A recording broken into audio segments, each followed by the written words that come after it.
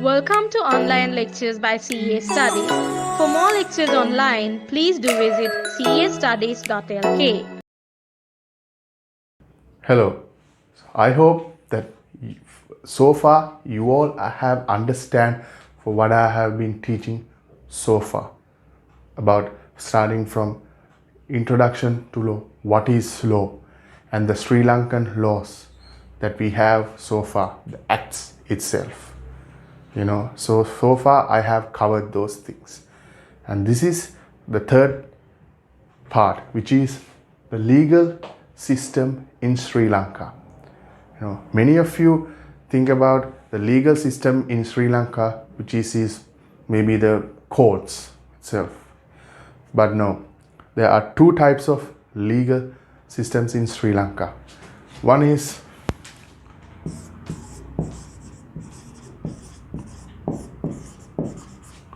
common law, as I have mentioned before. The second one is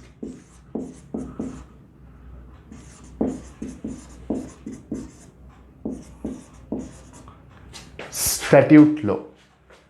So, common law and statute law, also known as uncoded law and coded law. Coded law means the written law of this country, which means the statutes, the draft that has been made by the legislature. Okay, so known as the legislature. Legislature is a person in this country. It can be a person, it can be a body, it can be a corporation, itself. Legislature is the one who code the law, write the law, approve the law, and put it into the society itself. So, who is the legislature in Sri Lanka? Which is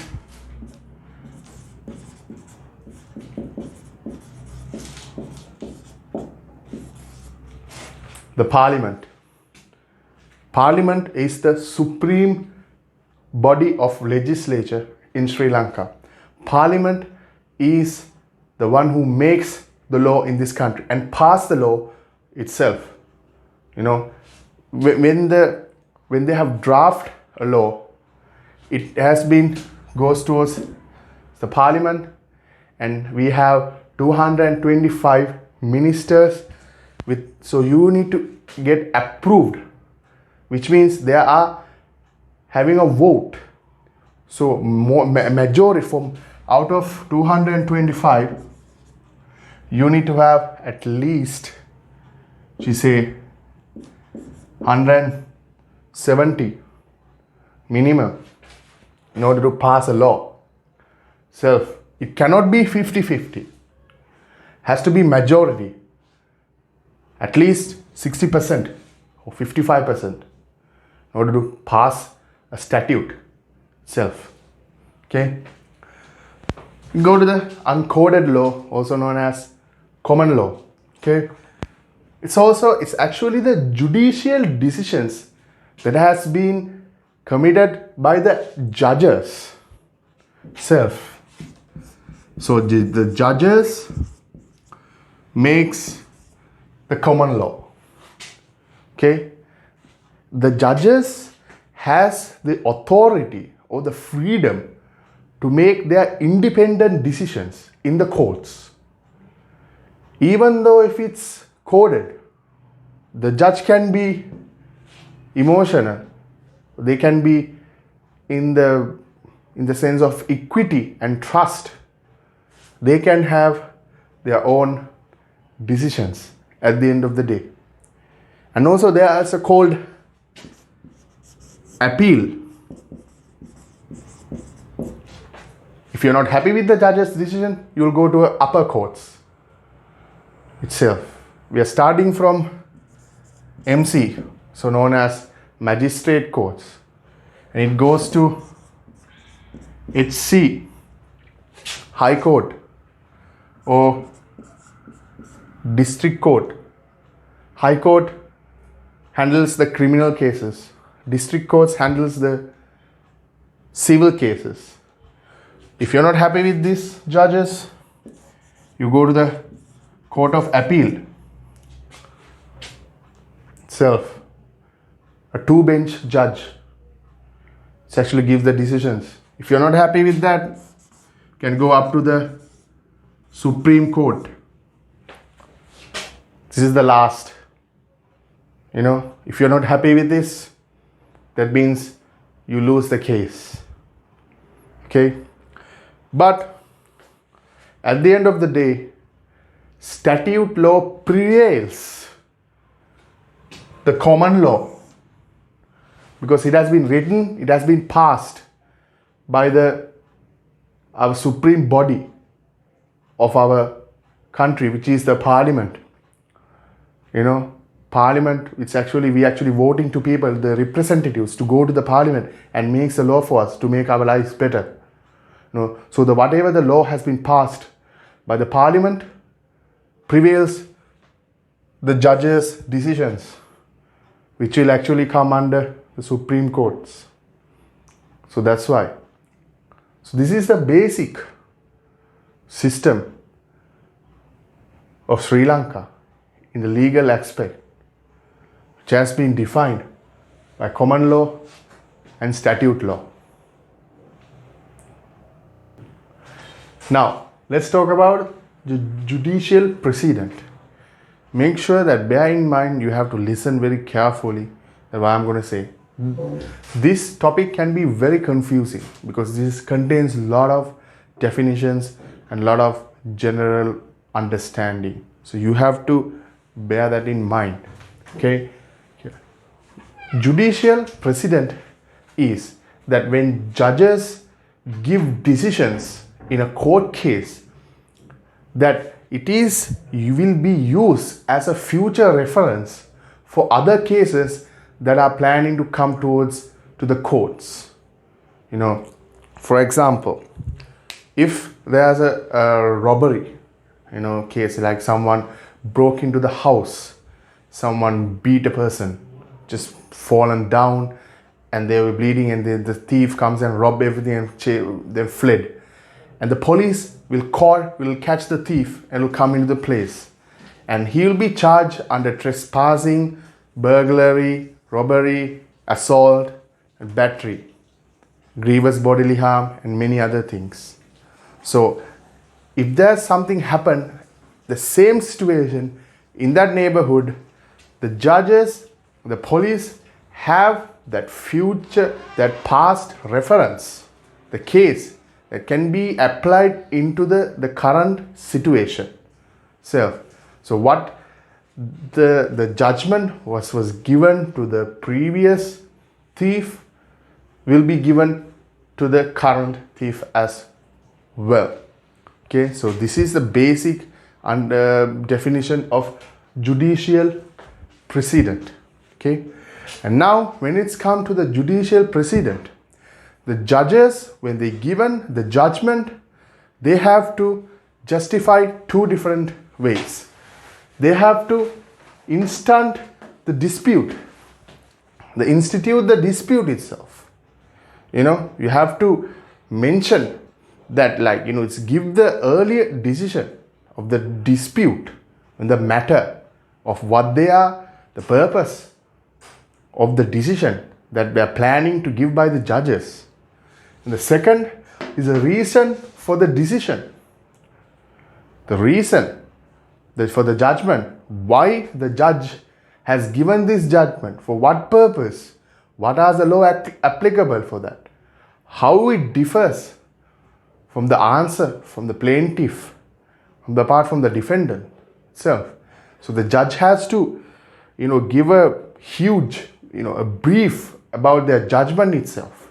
When you take, just the cases, when you see the judgment, it contains a lot of pages because they want to justify their judgment, why they have given such a judgment.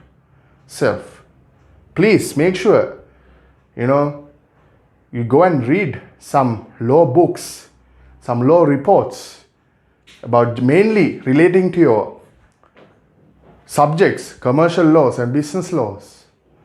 just find out and read them, get an understand basic view.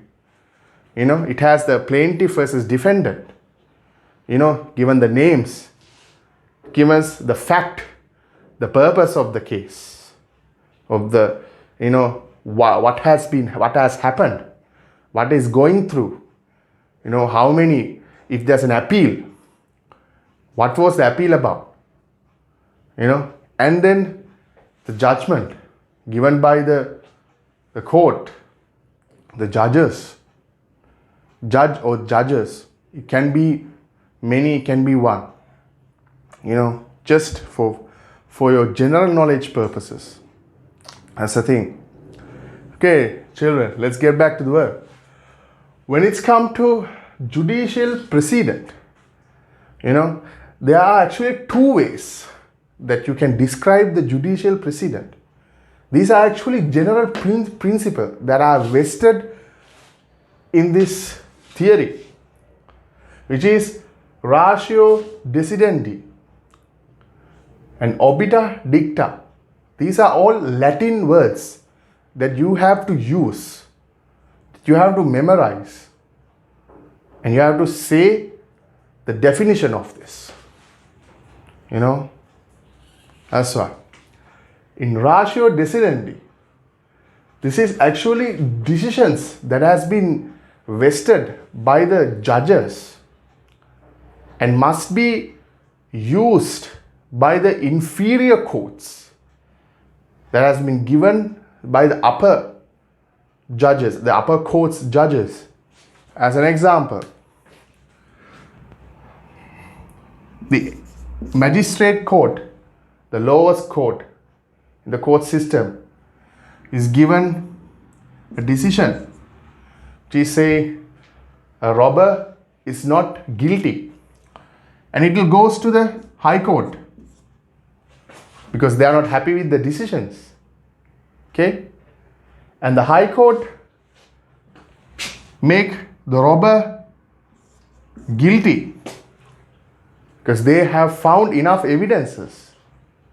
Friends, so picture out this scenario, okay, that once the high court, which is superior courts to the magistrate court, has given the decisions that this thief is guilty, and that decision must be obeyed by the MC, and they have to use and they have to follow that decisions, that judge's decision that has been given by the high court itself. In future, if that kind of a similar case comes to the MC,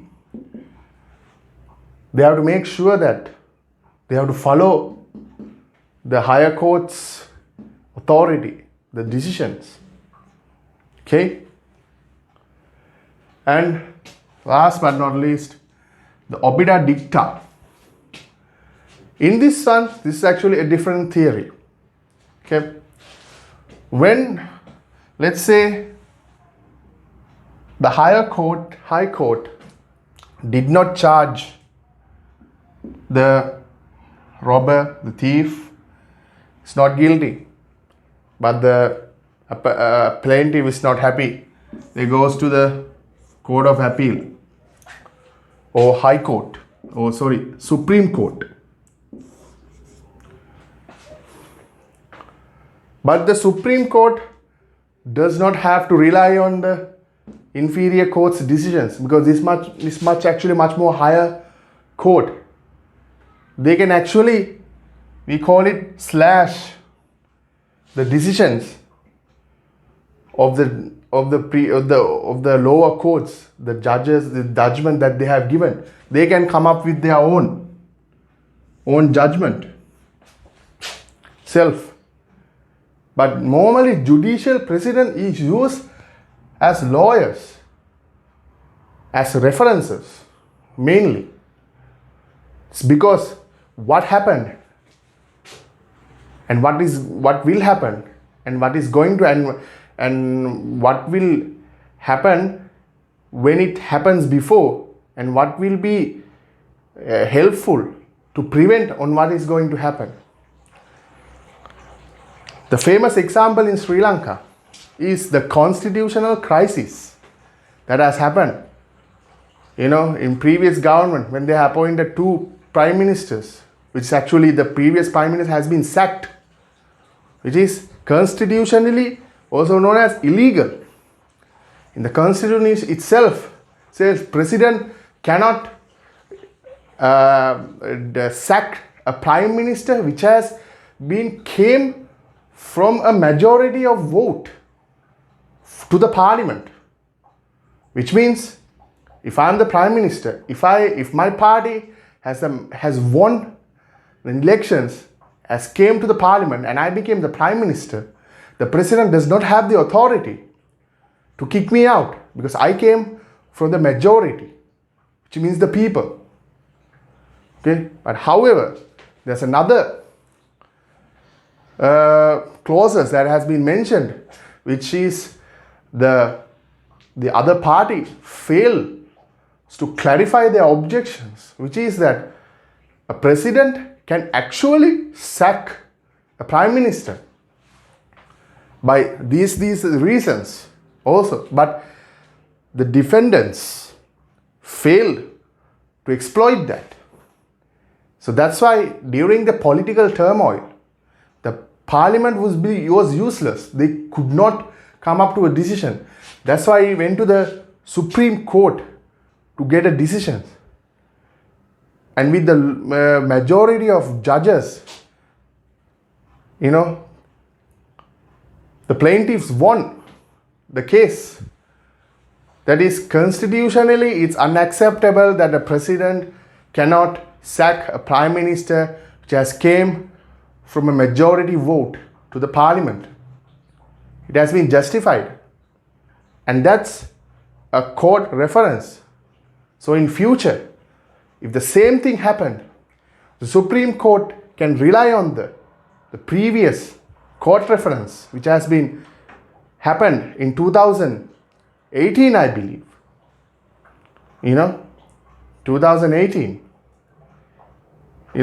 So it will be much more easier for the judges can come up to an early decision rather than wasting precious time of the courts. Because court is money, which actually comes from the people's taxes. So that's why having a judicial president, which actually derived from the common law itself, now they're actually using throughout the whole world, this theory, which makes judges work easier. So they don't need 6 cents, 7 cents to go through books, through all these statutes. They can go throughout the common law, the cases, can come up with it can be similar, or it depends on the similarity. It can be 50%, 60%, 90% similarity. But still, they can actually rely on those court cases, previous court cases decisions, which make their lives easier. Okay, so in conclusion, judicial president is actually a reference that was used by previous court cases, which makes judges' lives easier, and lawyers also can use these previous court cases as a reference to get actually their much more plus points to their sides, which means the answer that they are submitting into for the last judgment itself. So the judge's decisions has to be justified in 2 ways: instant dispute and the reason for the decisions. As I said before, make sure go and read some law cases and get the idea about it. Okay, and it has to be justified. So the 2 principles, which are the ratio decidendi and the obiter dicta. Okay, so these are the main facts about judicial presidency. I hope you all understand what I have teach so far. So this is to the very basic level that I have been started to teach you all from zero itself. Don't worry, I will be simplifying everything what I can do in the future. Thank you for watching the video. Stay tuned with castudies.lk for more lectures online.